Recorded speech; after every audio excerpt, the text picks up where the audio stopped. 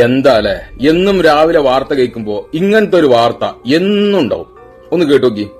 വാഹനാപകടം നിർത്തിയിട്ട ടൂറിസ്റ്റ് ബസ്സിന് പിന്നിൽ കാർ ഇടിച്ചു. 2 കുട്ടികൾ ഉൾപ്പെടെ 7 പേർക്ക് പരിക്കേറ്റിട്ടുണ്ട്. കാർ ഡ്രൈവറുടെ പരിക്ക് ഗുരുതരമാണ്. ഇന്ന് രാവിലെ 8 മണിയോട് കൂടിയാണ് ഈ ഒരു അപകടം സംഭവിച്ചത്. രാമനാട്ടുകര ബൈപ്പാസിൽ ഒരു ടൂറിസ്റ്റ് ബസ് നിർത്തിയിട്ടിരുന്നു. ഇതിന് പിന്നിലായാണ് ഈ കാറ് കൂട്ടി ഇടിച്ചത് എന്നുള്ളതാണ് മനസ്സിലാക്കുന്നത്. പക്ഷേ ഇവരുടെ പേര് വിവരങ്ങളൊന്നും സംബന്ധിച്ച് കൂടുതൽ വിവരങ്ങൾ ഇതുവരെ ലഭിച്ചിട്ടില്ല.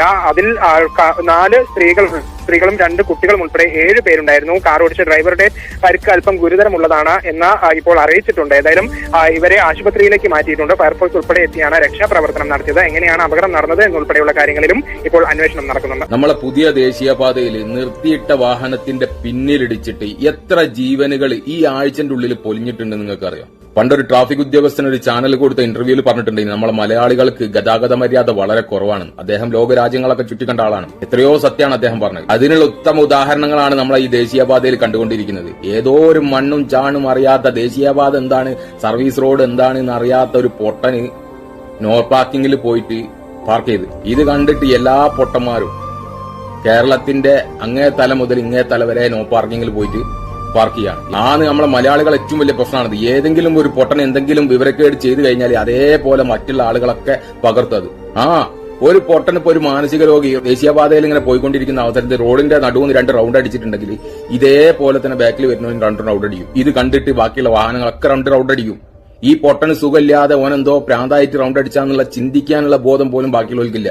അതേപോലെ തന്നെ അങ്ങോട്ട് ചെയ്യും. ഇന്നലെ ഇപ്പൊ റീലുകൾ ഇങ്ങനെ കാണുമ്പോൾ ഒരു സഹോദരന്റെ റീല് കണ്ട് ദേശീയപാതയിൽ ബസ് നിർത്തിയിട്ട് ആളെടുക്കുന്നു.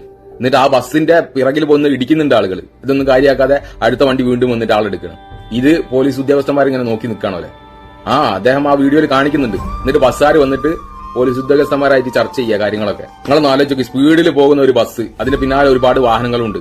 പെട്ടെന്ന് ബസ് ബ്രേക്ക് ചവിട്ടി ആളെടുക്കുകയാണ്. ഒട്ടും പ്രതീക്ഷിക്കാതെ പിന്നിലുള്ള വാഹനങ്ങൾ വന്നിട്ട് ബസ്സിന്റെ പിറകിൽ വന്ന് ഇടിക്കുകയാണ്. എനിക്ക് അനുഭവം ഉണ്ടിട്ടത്. നമ്മളെന്തെങ്കിലും പറഞ്ഞു കഴിഞ്ഞാല് ഈ ചലക്കാതെ പോടുന്നത്. ഇതെന്തോ രോഗം പോലെ കേരളത്തിലെ ദേശീയപാതയിൽ അങ്ങേ തല മുതൽ ഇങ്ങേ തല വരെ പടർന്ന് പന്തലിച്ചു പോയിട്ടുണ്ട്. ശക്തമായിട്ടുള്ള ഫൈൻ അല്ലാതെ ഇതിന് വേറെ പരിഹാര മാർഗമില്ല. ഇതിന് ആരും എംബിഡിനെ കുറ്റം പറഞ്ഞിട്ട് കാര്യമില്ല. ശക്തമായിട്ടുള്ള ഫൈൻ ഇട്ട് കൊടുക്കുക തന്നെ വേണം. കാരണം ഇങ്ങളിൽ നമ്മളൊക്കെ ജീവനുകളാണ് നഷ്ടപ്പെടുക. ഒട്ടും പ്രതീക്ഷിക്കാതെ ഒരു വാഹനം മുന്നിൽ ഇങ്ങനെ നിർത്തിയിട്ട് കഴിഞ്ഞാലല്ലേ അത് അനുഭവിച്ചവർക്ക് അത് അറിയാൻ കഴിയുള്ളൂ അതിന്റെ അപകടം എത്രത്തോളം ഉണ്ട് എന്നുള്ളത്. ഇനി അതല്ല, നക്കാപ്പിച്ചക്ക് വേണ്ടിയിട്ട് കണ്ണടച്ചു പോകാനാണ് ഓരോ ഉദ്യോഗസ്ഥന്മാരും തീരുമാനമെങ്കിൽ നിങ്ങളൊന്ന് ശ്രദ്ധിക്കണം കേട്ടോ. ഈ റോഡിന്റെ പണിയൊക്കെ കഴിഞ്ഞിട്ട് വിദേശ രാജ്യങ്ങളിൽ നിന്ന് ടൂറിസ്റ്റുകളൊക്കെ ഈ ദേശീയപാതയിലൂടെ യാത്ര ചെയ്യുമ്പോൾ ഓരോ ടൂറിസ്റ്റുകൾ നിങ്ങളെ നോക്കിയിട്ട് ഇങ്ങനെ കൈയാട്ടി ചിരിക്കും. അത് നിങ്ങളോടുള്ള സ്നേഹം കൊണ്ടല്ല കേട്ടോ ചിരിക്കുന്നത്.